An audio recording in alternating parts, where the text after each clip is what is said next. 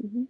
Ok, we are live. Ok, ciao a tutti, noi siamo live, insieme a me ci sono Jay Kristoff e Amie Kaufman, anzi il contrario, e benvenuti nella prima live insieme. Fateci sapere nei commenti innanzitutto se si sente bene, problemi tecnici, questioni tecniche, e aspetteremo qualche minuto per fare in modo che tutti arrivino ovviamente nella live.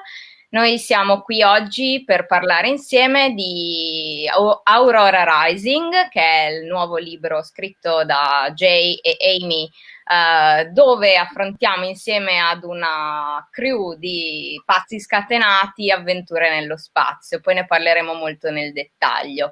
Mi dicono di dire a tutti, importantissimo, che Illumine è di nuovo disponibile, quindi troverete sicuramente Illumine. E ora direi di iniziare un pochino l'intervista. Fateci sapere se ci siete, se leggete tutto, mi raccomando. E direi che possiamo passare all'intervista. Sarà in inglese, ma nei prossimi giorni troverete tutti i sottotitoli anche per quelli che fanno fatica ovviamente con la lingua. Quindi niente. Hi Jay and hi Amie. I was briefly introducing what we're going to do today.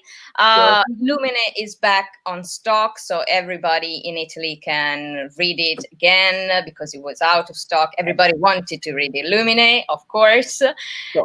And we're here to talk about Aurora Rising and our band of misfits that are going around space and trying to save the world while messing a little bit. But we know that we love those kind of characters. So first of all, this is the second experiment that you've done together. Okay, the first one was Illumine and everybody loved it. So I am super curious to know, first of all, why and how do you decided to write again together? And why what hooked you? Where did it come from? So as we were finishing Illumine, I started, I wanted to write something with Jay, and I wasn't sure how to say anything because I thought, what if he doesn't? And he hasn't said that yet because it will be awkward as we have to finish the trilogy together. And so I was sort of waiting and trying to figure out, how to ask him. And I thought, I shouldn't ask him too soon because if he says no, then it will be awkward. And so eventually, one night, we were at a bar, but I don't know why we were at a bar. Right. I think we were celebrating. I think we were celebrating release. I think it might have been a launch party. All I remember is being at a bar, and for some, I decided that was the time I was going to ask him, and I was like, so it's like asking somebody out, like or like if you've been dating someone, asking like, do you want to keep going? And so I was like, do you what would you think? Like maybe we should do something together again. And I'm talking and talking, and he's just looking at me and like not saying anything. And eventually he's like, well, yeah. And I think, oh, okay, fine, no problem. Great, glad I asked. Good talk. Yeah, it was. Yeah, in terms of where the ideas came from, I think we sat down and talked about the things that we loved as kids, kind of growing up in terms of science fiction in particular. And Amie and I, our Venn diagram has a lot of intersection in terms of the things that we kind of shaped us as authors and as nerds. So we're both big Star Trek fans, for example. So we sat down and talked about the things that we loved as kids and the kinds of stories that we enjoyed having told to us and the kind of story that we would want to tell in turn. So it was really just an amalgamation of a lot of the things that we loved as kids and that we wanted to give to a new generation of fans, really. So we threw a bunch of stuff that we liked into a melting pot and kind of took the things that we thought worked the best, and that was where we really started. But I think the intent was to make things a little more epic in terms of scope of the story. Illumine is really, there's a lot going on in it, but when you examine it from a storytelling perspective, it's only happening in one solar system. It's kind of it's traveling to a populated planet to the edge of the solar system. That makes it less epic. Yeah, yeah. But or like one ship or one planet or one station. It's actually very small in area. Yeah, it's quite self-contained. So we wanted to make things this story a little more grand in scope. So we wanted to make it a fight for the galaxy, basically, rather than a fight for a single solar system against a single corporation. We wanted to make things bigger and the stakes much higher as a result. So that was kind of the starting point for everything, I guess. We wanted to be a little grander in the scope that we built.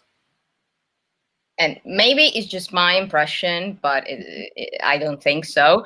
But you really have fun together while you're writing. I know that writing is a hard process, but I think that one of the main reasons why we all love Illuminate before and now Aurora is mainly because it feels like you're having fun while you're writing together. It's a fun experiment, which I don't think happens very often while working.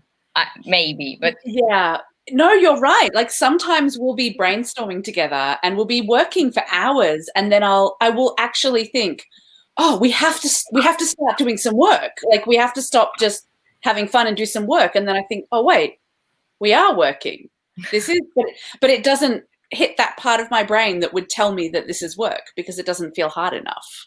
Yeah, and I think a lot of the time we are kind of writing for each other as well. Like if we write something that makes our co-author laugh or cry or think or makes them upset, whatever, then chances are really good that we're going to make the readers feel that way as well. So that was kind of how we started out writing Illuminate, because Illuminate was a really weird book and we didn't think that it would get published. It was just too odd. So we were really writing that for ourselves, just to have fun writing with each other.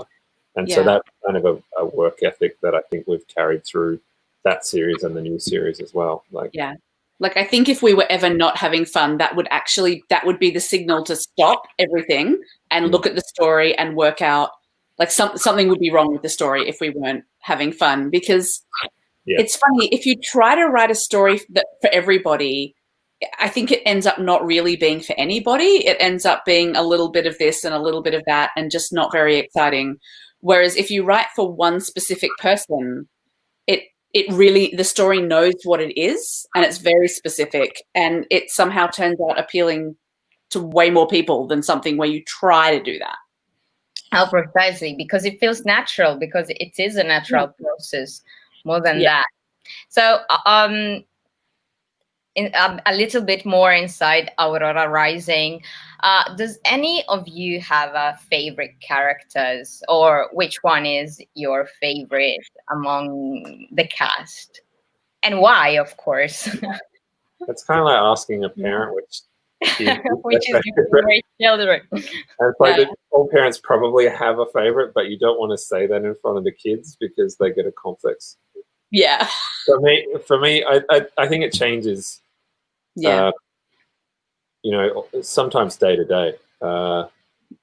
All the characters that we are writing have parts of ourselves in them, and all the characters have something that we love. So it really depends on the mood. The cool thing about writing a multi-point of view story is that each of these characters are seeing the world in a different way. So depending on your mood, chances are that one of them is going to be seeing the world and the universe the way you do. So for me, I don't really have a standout.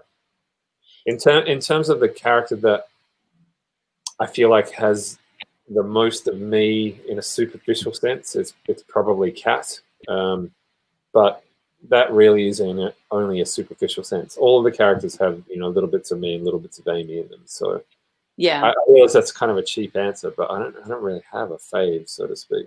Well, and I mean, I think it's like if there was one that we knew definitely wasn't our favorite, that would also be a signal to stop and think about it, because it would mean that we hadn't figured out why we love them yet.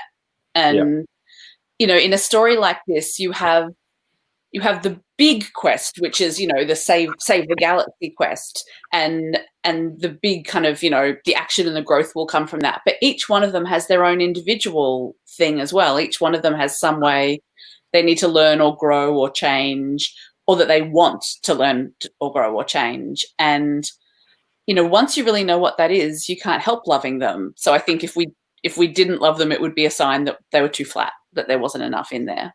Yeah. And also because we're planning a trilogy rather than just one book, you know, naturally some characters are going to have more of a spotlight on them in a given story. So the characters that you perhaps don't see as much of in book one get expanded a lot more in book two. Yeah. So Zila is a really good example of that. Like, you know, she has chapters in the first book that are only one sentence long, but in the second book, as she kind of comes out of her shell, she becomes a far more complete and in-depth character. So even though in book one a character might not shine as bright, we're not looking at it in terms of single books. We're looking at it as a trilogy. So Right. So like we did a lot of research for Zila, and even though she barely speaks in book one, we had to do all of the research before book one to make sure that what you do, the little bit that you do see in book one, makes sense with who you learn about in book two. Yeah. Right. No, well, I mean, maybe I know that if it's like a parent that has to choose which one is his favorite child or her favorite child, but maybe some are the problematic child. And by that I mean that maybe one of them was harder than others to write. Maybe you have a very problematic child to write. I don't know. I mean, I think in a funny way, I think that Ori is, we both find her sometimes quite challenging to write because she's the one who doesn't know what's going on at all in book one, you know, and that's on purpose, because one of the worst things you can do in a book is have the characters do what writers call an as you know, Bob scene. And that is when two physicists are standing at a nuclear reactor together and one of them says, as you know, Bob, if somebody were to open that hatch, the whole place would blow. And like, Bob does know that, so why on earth are you telling him? And so you need a way to convey information that doesn't involve people who already know telling other people who already know. And so that's one of the reasons that Ori works well, is she's there to be us and to not know any of this. So as she learns, we learn. But having somebody who doesn't know anything, it makes it quite hard for them to drive the action because they have no idea where they're going. They're kind of on a roller coaster and trying to figure it out. And so in a lot of ways, I think that was our big challenge with Ori in book one, was to let her help drive the action, even though she didn't know what was going on and didn't, or where she was, or what was happening. She's completely out of her depth. Yeah. So in one sense, she's great to write because she knows nothing about the setting and neither did the audience. So when she naturally asks questions about, you know, what is that thing or what does that mean, it's natural for her to do that. And as she learns, the audience learns. But putting a character like that in that situation and still giving her drive, like giving her a purpose to be in the story other than be an audience surrogate, it was, that was an interesting challenge to me. Yeah, especially because you don't want her to be dumb. Like somebody who has no idea what's going on and still decides I'm going to do this, this, and this can come off as just being an idiot. Like if you don't know what's going on, maybe don't try and make all the decisions. So the experts, Yeah, so, you know, and so the way you solve that is you put her in situations where she has to make a choice. She has to do something, even if she's not prepared. But it was an interesting challenge. Okay, she has this kind of, we have to follow her because we feel like she's like reader. She doesn't know much. So she's trying to figure out what's going on around her. But at the same time, she's the essence of what we have to find out, what we have to discover through the story. So this is quite challenging, I guess. And as a reader, a character like her is quite perfect in this kind of group because everybody quite knows or think they know what to do, but she doesn't. So this leaves us a bit uncertain, and we follow that uncertainty through the story. And this is kind of difficult because when you have so many point of views, it's quite challenging to understand every point of view and at the same time write so many point of view. How did you, manage to decide how to write them, how to insert them, who wrote who, or I don't know, maybe you have mixed characters while writing, I don't know. Yeah, we do kind of jump in and out of each other's work. Yeah. In terms of the characters, we have characters that I guess you would say we are in charge of. We wrote them initially in terms of the idea behind them and who they are and why they are the way they are. But very quickly we were writing each other's characters. The thing about Illumine was the characters were physically separated for most of the book, and so we could learn who those characters were watching them in isolation.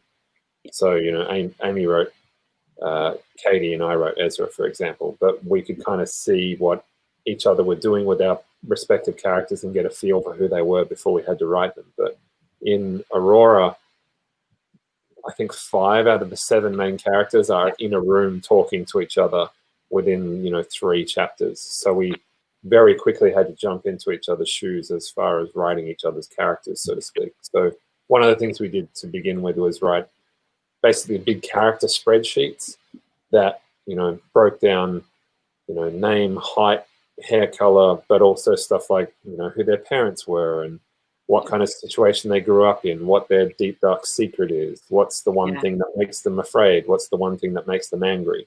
So we kind of wrote these big character biographies almost. And that helped to put ourselves in the shoes of the characters that the other author had kind of written. But we also did like a free-form RPG session almost, which was that scene in chapter 3 where all the characters sitting around a table talking to each other.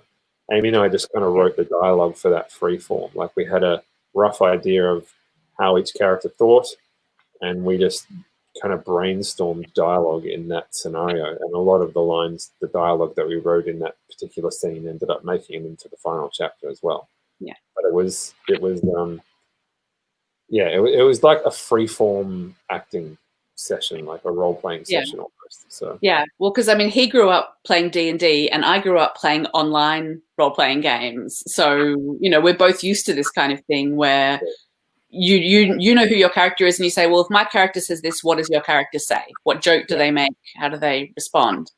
And that's one of the reasons that we don't actually say who writes which character, is that we both end up writing all of them. If I write a chapter with all of them in there, then I write all of their lines. And then Jay comes through afterwards and, if he thinks one isn't quite right for the character that he's in charge of, maybe he'll change it. But a lot of the time it'll stay exactly like it is.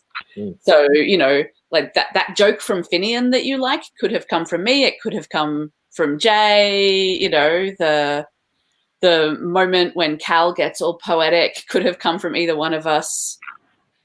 I think we've both got bits for every character that we're really proud of. Yeah, the lines are a lot blurrier this time through. Yeah.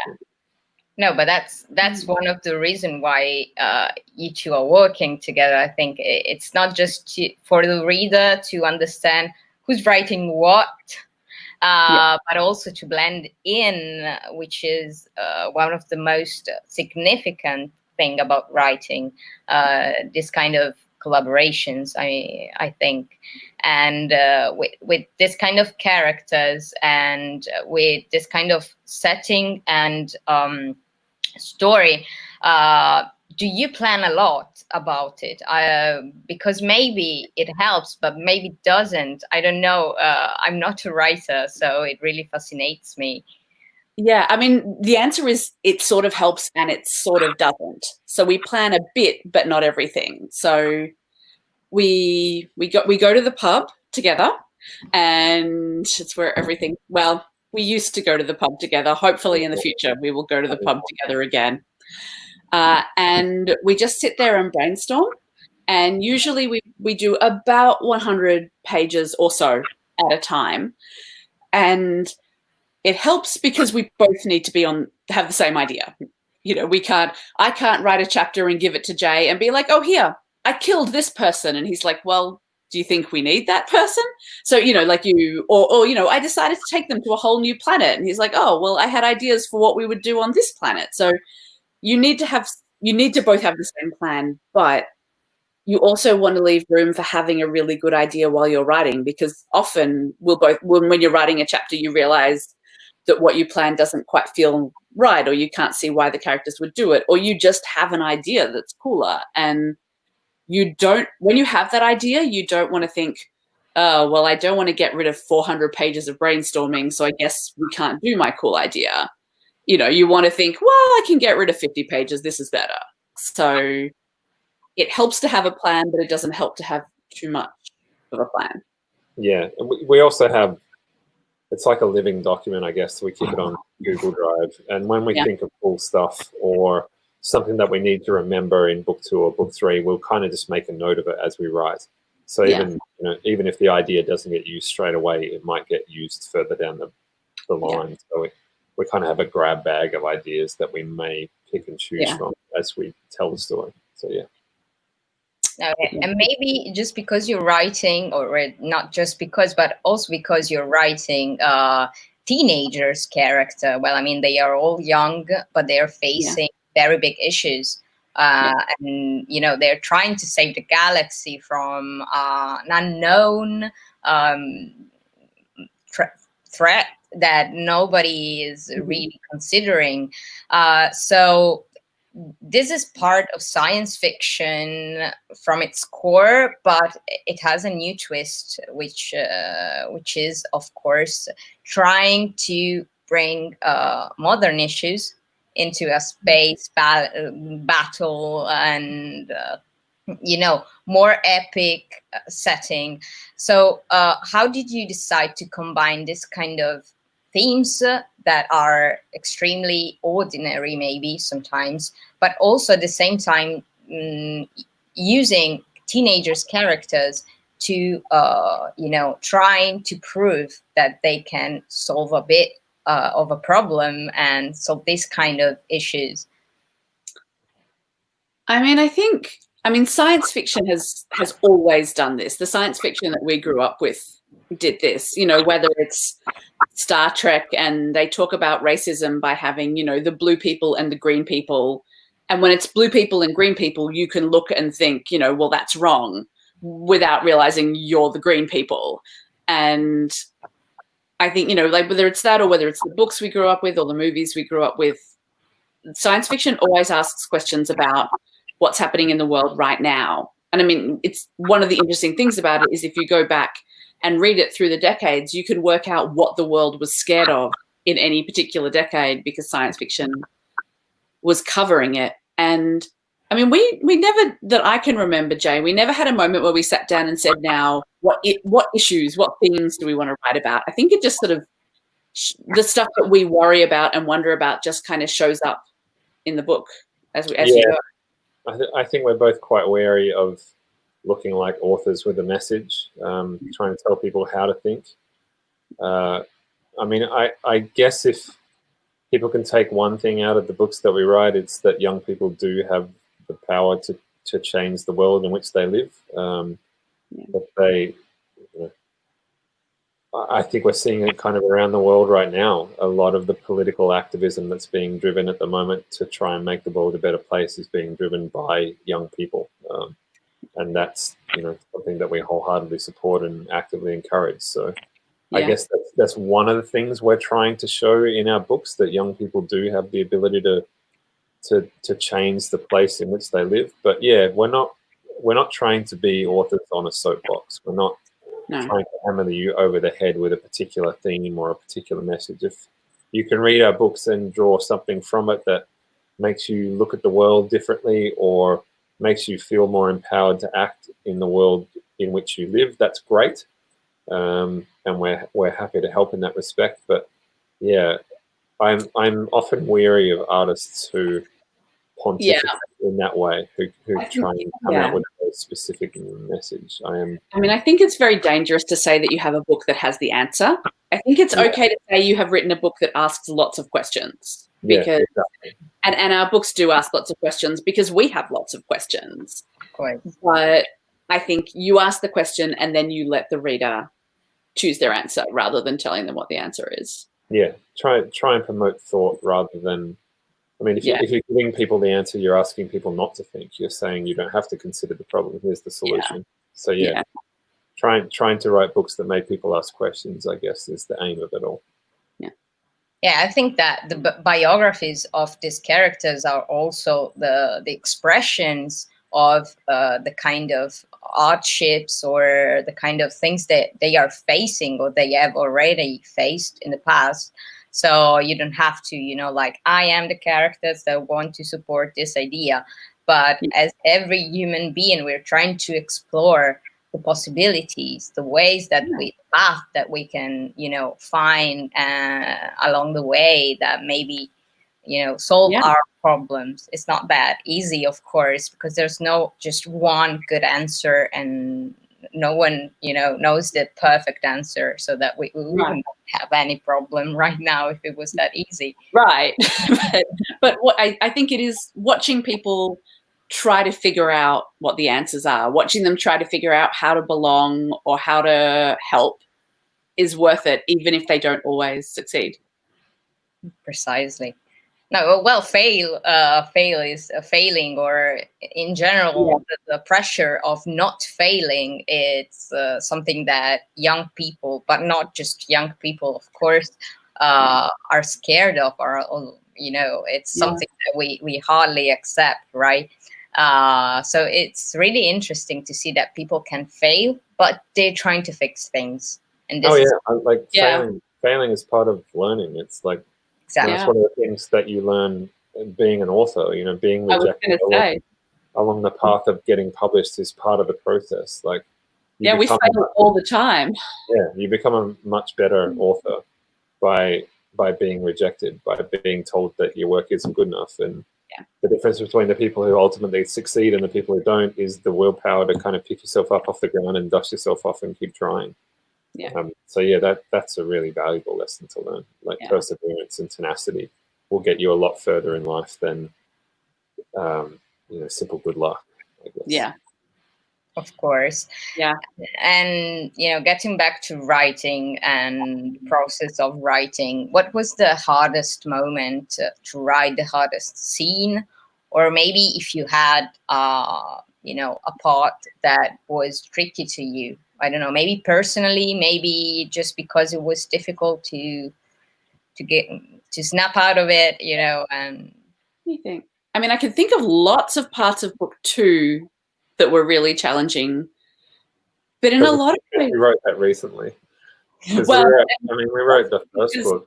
It had some stuff that was really hard, and also because we handed it in like 3 days before I had a baby or something. Yeah. But I mean, what I was going to say is book 1, honestly, there were challenging parts, but also it just kind of happened.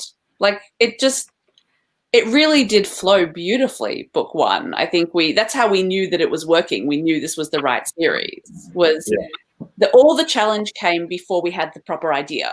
We spent ages and ages trying to figure out what the story should be about, but almost as soon as we found the idea, we just started writing and kept going. I think striking that balance that we were talking about before with Ori was probably the hardest part of book 1. Kind of giving her own agency, but also making her feel authentic in the sense that she was a stranger in a strange land. Like she's completely out of her depth, and she's learning as she goes. So trying to make her feel like she's realistically there and reacting in a way that somebody who was dropped into this entirely new reality would act, but at the same time not making her passive in her own story, because ultimately, like you said, the story is really about her. She's the driving force behind all of it. But in terms of complexity, there are probably a couple of scenes in book 2 that were a lot more challenging. There's one scene where there are basically 2 storylines running concurrently, but one of them is experiencing time dilation. So people in one arc live 6 months, and the people in the other arc kind of live a day. So striking a balance between those two storylines and making each feel like appropriate passage of time was passing, but there were important things happening in both was kind of tricky. And I think the end chapter of book 2 was also kind of hard to pull together as well. Because there's a lot of things happening kind of simultaneously. So I feel like with both of those, they were really, really hard, and then suddenly just happened. Kind of clicked. Yeah, it was. We struggled with them for a while, and then they just fell into place after we bashed our heads against them for a few weeks. Yeah. That's kind of, you know, the writer's life, I guess. That you know, nothing is easy. It's awful until you figure out the problem, and then it's totally child's play after that. Right, and then briefly for a moment, it's just horrible. It's no fun. It is. You don't have that kind of pop-up illumination that, that's what I have in alignment. And then for a second, you feel like a god, and then you find the next problem, and back where you started. I didn't think about all this stuff. Yeah. Okay. So we haven't already published in Italy, of course, Aurora Burning, but you already told us that we'll see a little bit more of Zilla, for example, without any spoilers, which is difficult, I guess. But what can you reveal about the second book? What should we expect? Everything gets worse. Yeah, everything goes badly. Yeah, I mean, you get to see some very cool new locations, but also, I mean, as book 1 begins, some of the characters know each other, but a lot of the characters don't know each other.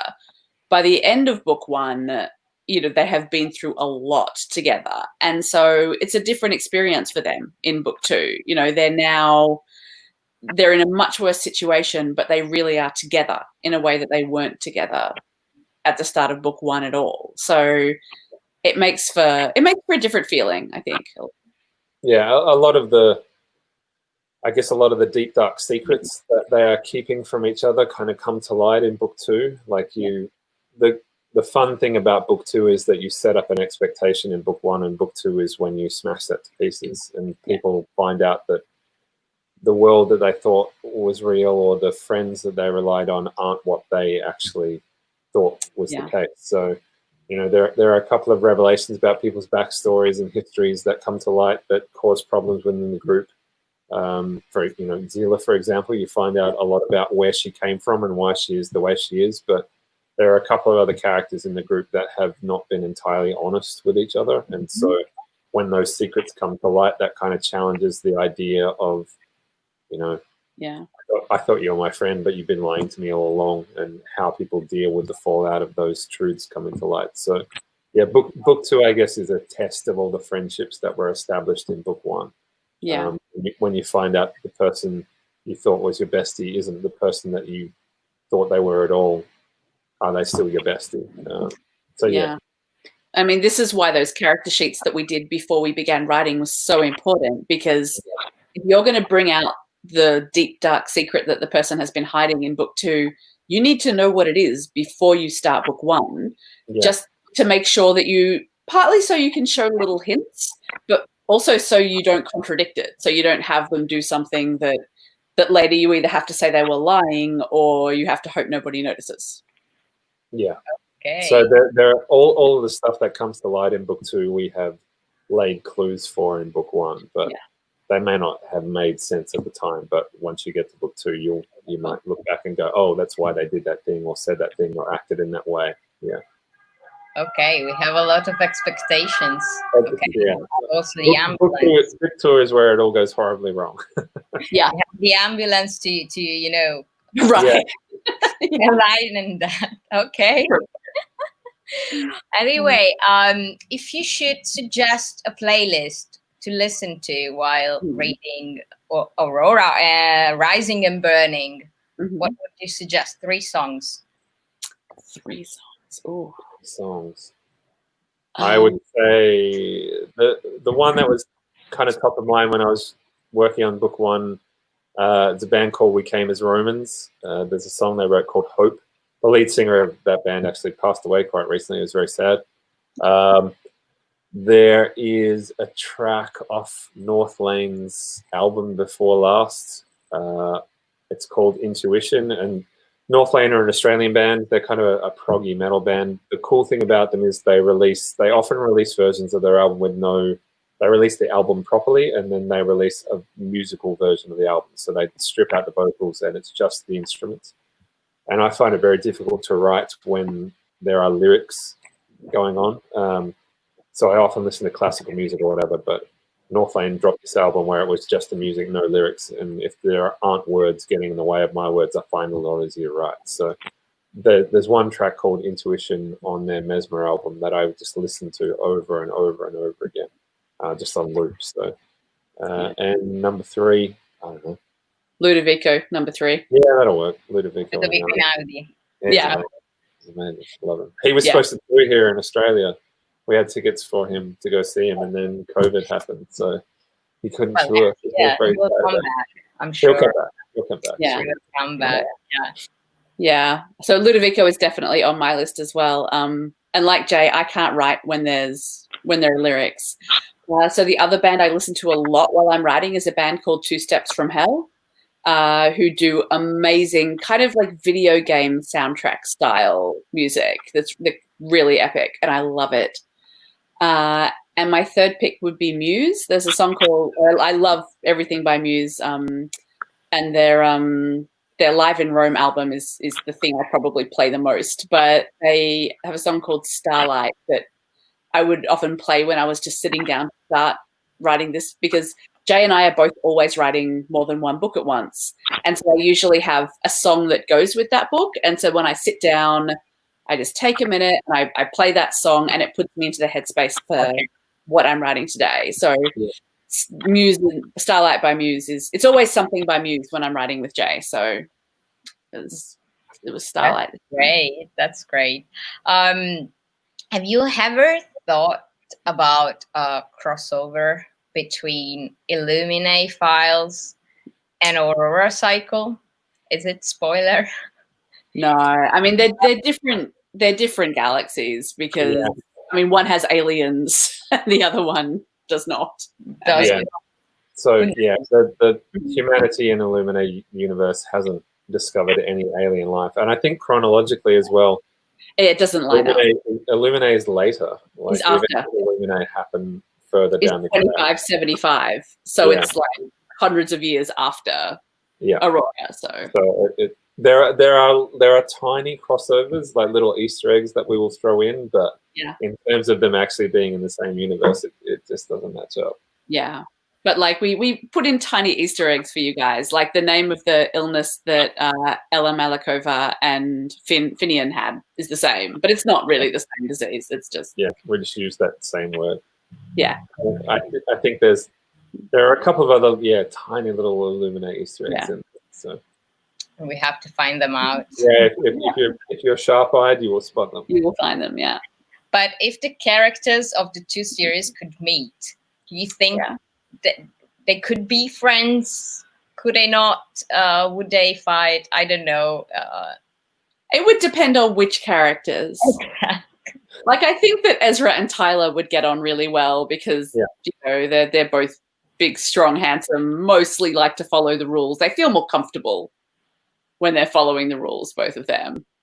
I think the Illumine crew would be pretty freaked out if they met the Aurora crew, though. Because I mean, it depends if they knew aliens existed. Yeah, the Illumine crew don't know that aliens exist. Like they don't exist in the Illumine universe. So it would take a period of adjustment. And also, Aurora can move stuff with her mind. There's no kind of there's no equivalent for that in Illumine. Illumine is kind of a little more low magic in terms of that setting. So it would take a while to get used to, I think.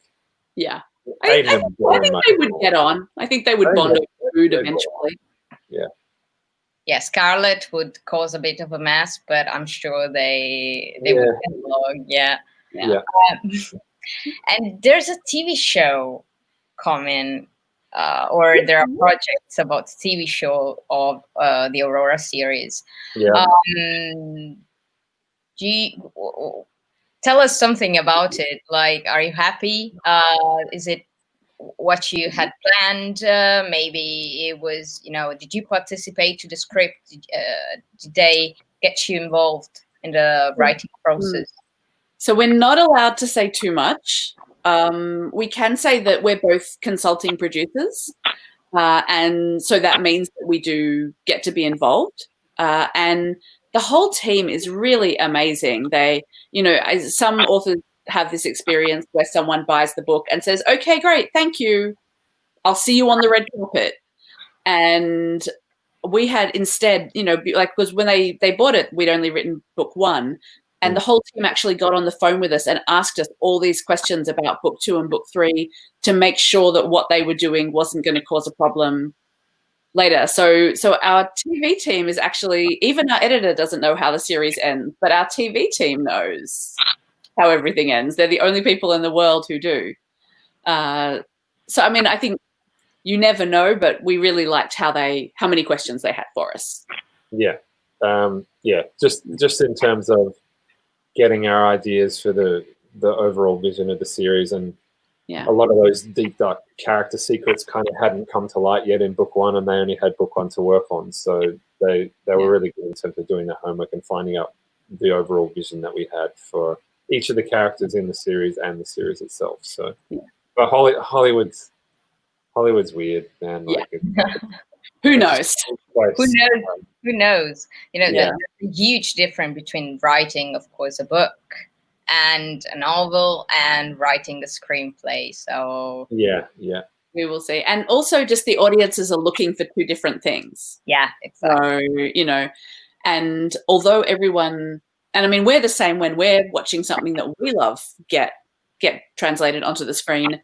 We want everything to match the book, but a lot of people watching it have never read the book, so they just want a good story. And sometimes what makes a good story on the page does not make a good story on the screen. So you have to be prepared to let things change and create a story that has the same feeling rather than necessarily, all the same moments.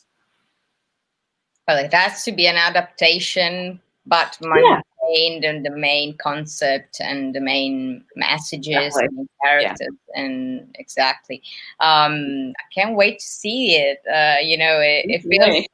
But while I was reading it, it really felt like on TV screen it would be super fun to watch. I don't know, but it felt like that. So I can't wait. I'm excited about it.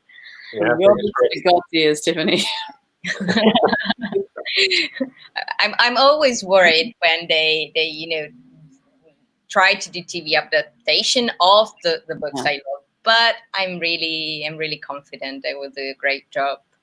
I mean, it depends how respectfully they are approaching the source material, I guess. And the guys that we are working with seem to be approaching it with a lot of respect. So that's great to see. We all have a favorite novel or whatever that got badly adapted. So you're kind of rolling the dice a little bit in terms of when you sign up with a production company, but the company that we're with seem to be doing a great job so far. So fingers crossed. Fingers crossed, yes. And about the ending, you just said that only the screenwriters are allowed to know what's going to be at the end of the trilogy. But what about the 3rd book? Like, what do we have to expect from that? I know that you'll say it's going to everything gets worse. That gets much worse. It's obvious, but.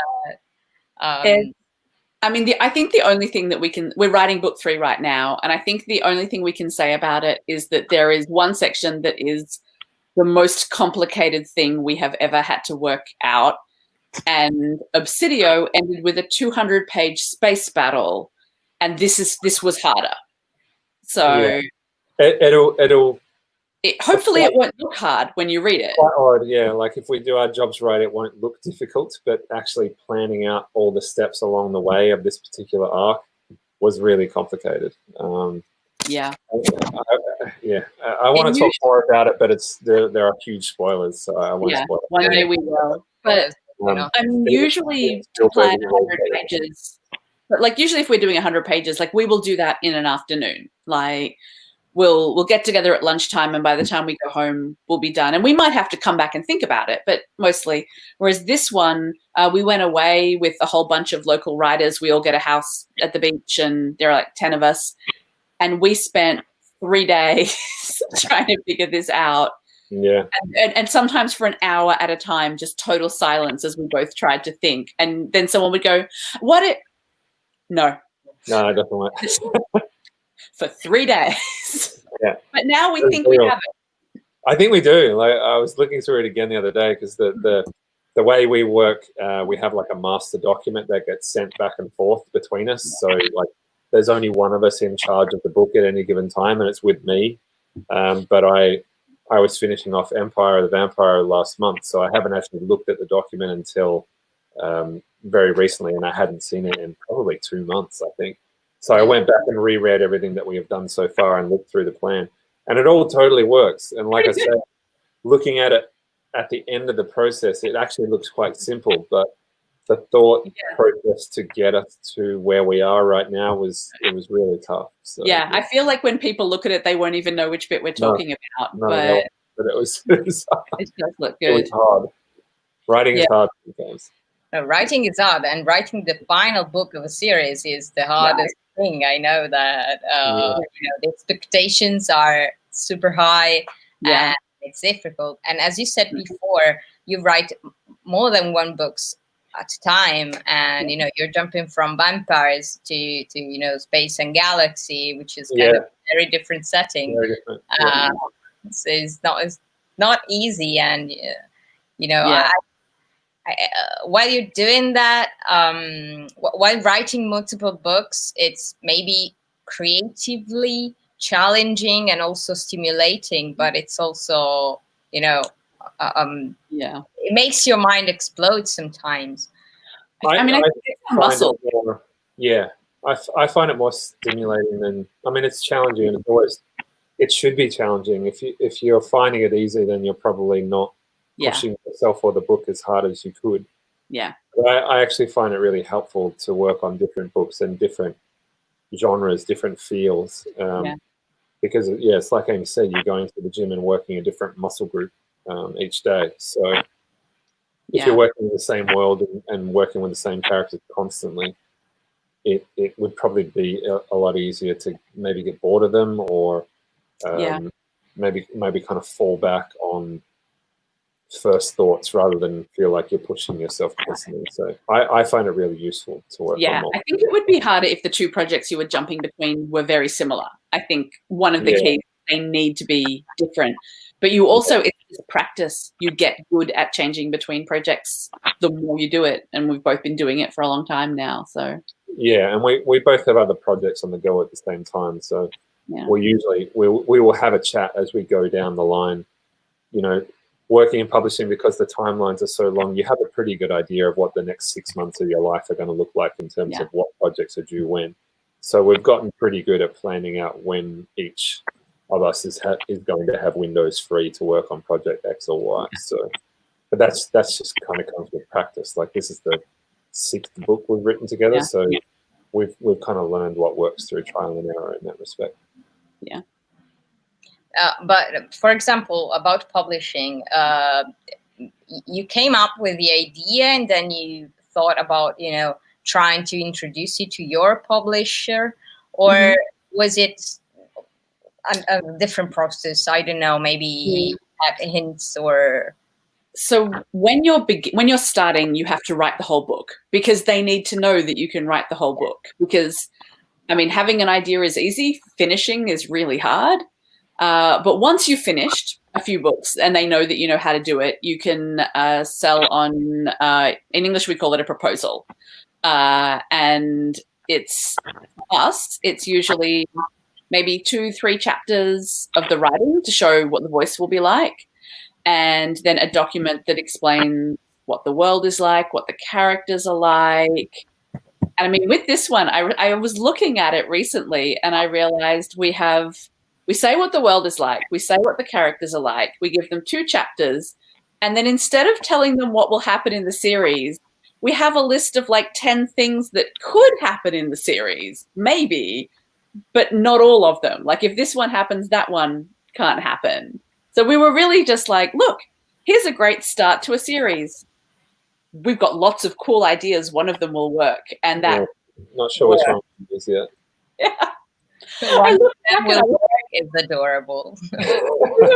we were quite cheeky. Yeah. I mean, the good thing is we had proved that we could write books. That's one of the hardest things, actually, to finish a book that you start.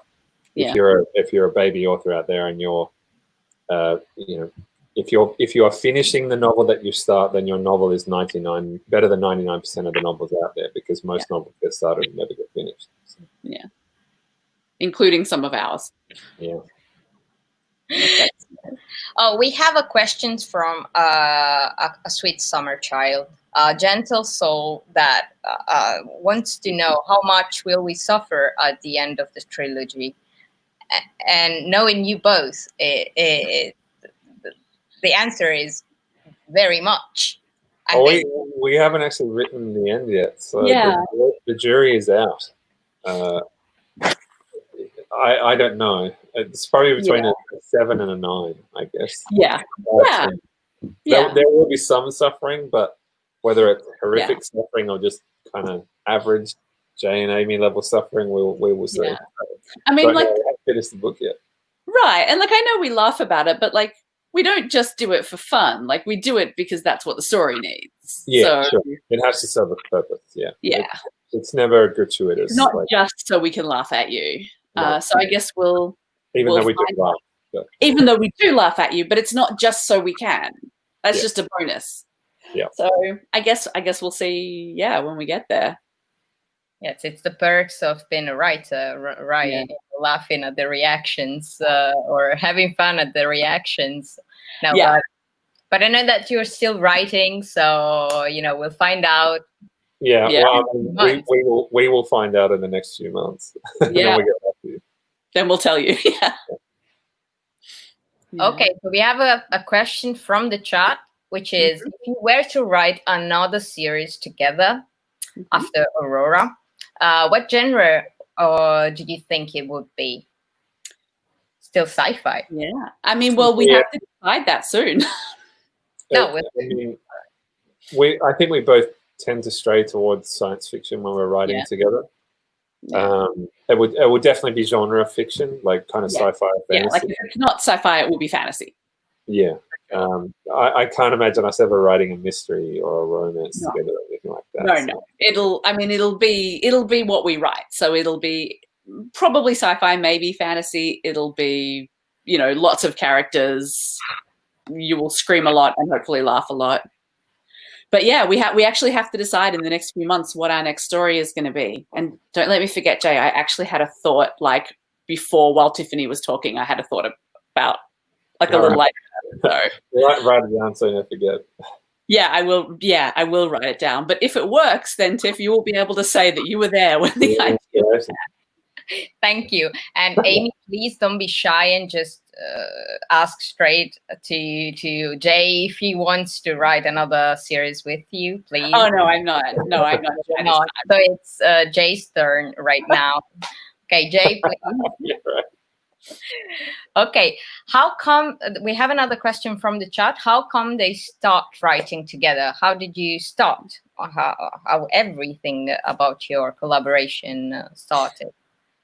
I mean, we were both baby authors living in Melbourne. We didn't really know anyone else who was living in Melbourne at the time who was kind of starting out the way we were, and so we through a complicated process involving the IRS in America, which is the tax department. Yeah, the taxation department in the States. Because when you're living in Australia but earning money in the US, you need to fill out a whole bunch of complicated forms. And I had just filled them out, and Amie asked for advice through a mutual friend how to fill these forms out. So we kind of met each other that way and just became buddies. Yeah. And after about 6 months, Amie weirdly enough, she had a dream that we wrote a book together. I did, but it was like a stress dream. It was like, those dreams you have where you like wake up and like you dream you have a test at school that you forgot about, and the test is in a language you don't speak. And I dreamed that we were writing a book together and I had forgotten what the book was about. And I didn't want to admit that. So I spent the whole dream being like, how would you describe our book? So, you know, when I saw Jay the next day, I told him this. And the only thing I remembered was that the book was all in emails. And so we just, for fun, started talking about like, well, why would the book be in emails? What kind of story would that be? And after a little while, we were like, this story sounds really fun. Do you want to maybe? And that was that. So that was kind of the start of Illuminate. Originally, it was just going to be a book written in emails, and then we just expanded the idea. So, yeah, if you dream about something, maybe it'll come true one day. I guess. It's Yeah. Yeah. In the literary sense of it. Last question, maybe, because we're about to end our hour together. Do you have any advice for young writers? Lots. You want to go first, Jay? I mean, what I said before is really important, learning how to finish what you start, because most novels get started and they never actually get finished. So if you actually finish your book, you are head and shoulders above everybody else. But it sounds kind of cheesy when I say this. I say it a lot, though, because it's very true. The most important weapon in your arsenal is self-belief, believing in the idea that this is something you should be doing. Because no matter what kind of art that you create, whether it be writing books or painting or dancing or acting or whatever, when you choose to try and pursue a career in the arts, you're going to be constantly confronted by people who tell you all the reasons why you can't and why you won't and why you shouldn't even try.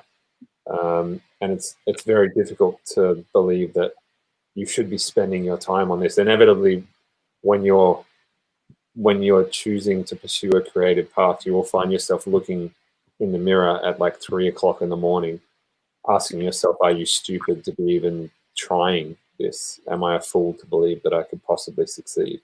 And the only thing that will get you past all those people that are telling you no and the thoughts that go on in your head that are telling you no is self-belief. So believing in yourself is the most important thing you can possibly do. And nobody who has been successful in any artistic field has lacked that. So yeah, believe that this is something you can do, and then go out and try and do it. Yeah, I think I like when he does that speech. So He's heard it a lot. I have, but I like it every time because it's true. It's so true. If you don't have some point when you're writing where you think, oh no, I've just realized that my story is terrible and I'm terrible and everything's terrible, then it means you're not pushing yourself. It means you're doing something that's too easy. And if it's too easy, it's not going to be good. But also like the people that tell you no, they're usually people who are too afraid to try themselves. So they're people you need to be really wary of and get the hell out of your life, because they're not actually your friends. They're just trying to keep you back because that's where they're comfortable being. So yeah, learning to surround yourself with people who encourage you and build you up rather than hold you back and tear you down is really important. It is, yeah. Those people want to teach you to be afraid just like they are. Yeah. They want to give you their fears, and you don't have to take them. You don't have to listen. Would you, Amie, add something about writing? Yeah, I will add there's a quote from J.R.R. Tolkien that I really like, where he talks about creative compost. He talks about the idea that everything that you read, the music you listen to, the places you go, the conversations you have, the news you see, everything that you encounter all ends up on the forest floor in your mind. And then whatever you create grows from that compost. It grows from all of the things that you've put on the ground. And so you need to think about what you're putting on the ground. You need to make sure that it's not just exactly what you write. If you write young adult science fiction, you can't just read young adult science fiction, or it will end up sounding like everybody else's. You need to add in horror stories that will teach you how to write suspense, and you need to read romance that will teach you how to write relationships and how to slowly develop them. You know, you need to read nonfiction that's full of things that are weirder than anything you could ever make up. And, you know, you need to read stuff that is by people who are not at all like you, whether they're from somewhere else or they're just a different kind of person. And if you put all of that together, it will all show up in your stories. And that's the best thing that you can do for yourself, I think. Yep, agreed. Great. Yeah. I think there are a lot of writers that are following our live, so I think they're both precious point of views, and hope, you know, wish them luck and wish everybody luck, because I know it's a very hard craft. Keep going. It's harder than ever right now, and just you know what, I think that would be our other piece of advice is if you are an artist of any sort and you're finding it really hard right now, please know that we do this full-time for a living, and we have done it full-time for a living for over 10 years, and we are finding it hard right now. Everyone is finding it hard right now, and be kind to yourself about that. Instead of telling yourself, you know, no, just try harder, do better, treat yourself like you would treat a friend. It's okay if it takes a little longer right now. Yeah, be your own friend, because sometimes okay. Right. Definitely. Okay. Last questions. This is seriously the last question is from Clarissa, which is, what would you say to someone who has yet to read Aurora Rising? Specifically, not good luck. What did I say? What should they expect? I would give advice, and I was going to be like, go to the bathroom beforehand and get some snacks in case you don't stop. But if you want to, yes, of course, that's precious. It's kind of a combination between Guardians of the Galaxy and The Breakfast Club. If you guys have even seen The Breakfast Club, I'm not sure. Like, we kind of grew up with that movie. So another way to describe it is Guardians of the Galaxy goes to Starfleet Academy, I guess. Yeah. So it's a group of misfits in a military academy who are thrown together by circumstances beyond their control, and they have to save the galaxy. Yeah. So and they are just not the people you would choose for that job if you could choose. Yeah. They're just kind of, they're thrown into it accidentally, but they do okay in the end. Yeah, mostly. Mostly, yeah. Trying to figure it out, at least. Okay. Yeah. Okay, so Jay, Amie, thank you very, very, very much. You've been so kind and precious for the live today. Yeah. I hope we've explored a little bit every questions that we received, and you know, maybe we can repeat some other time. We can do it again whenever you want. Yeah, definitely. And I can wait to see you in Italy back. And I will be back. I hope next year. We hope that too. And it's my favorite place in the world. So yeah. Yeah, I mean, I was going to come this year, so if we possibly can, I'll be coming next year. I miss you, Italy. I miss you a lot.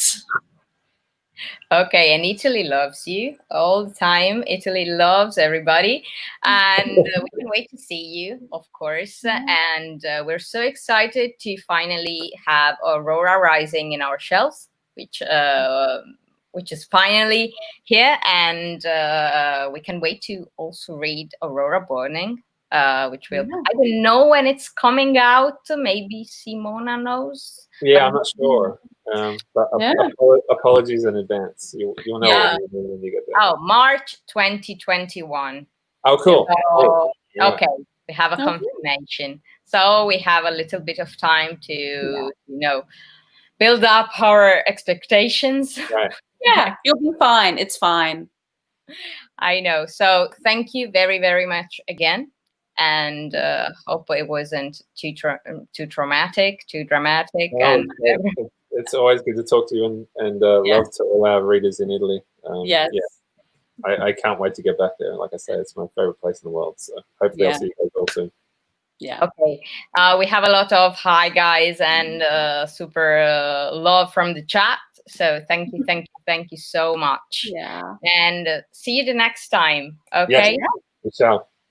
Ciao. Grazie a tutti i libri mondadori, ragazzi, grazie a tutti per aver partecipato. Vi ricordo, Aurora Rising è in tutte le librerie e anche Illumine, la serie di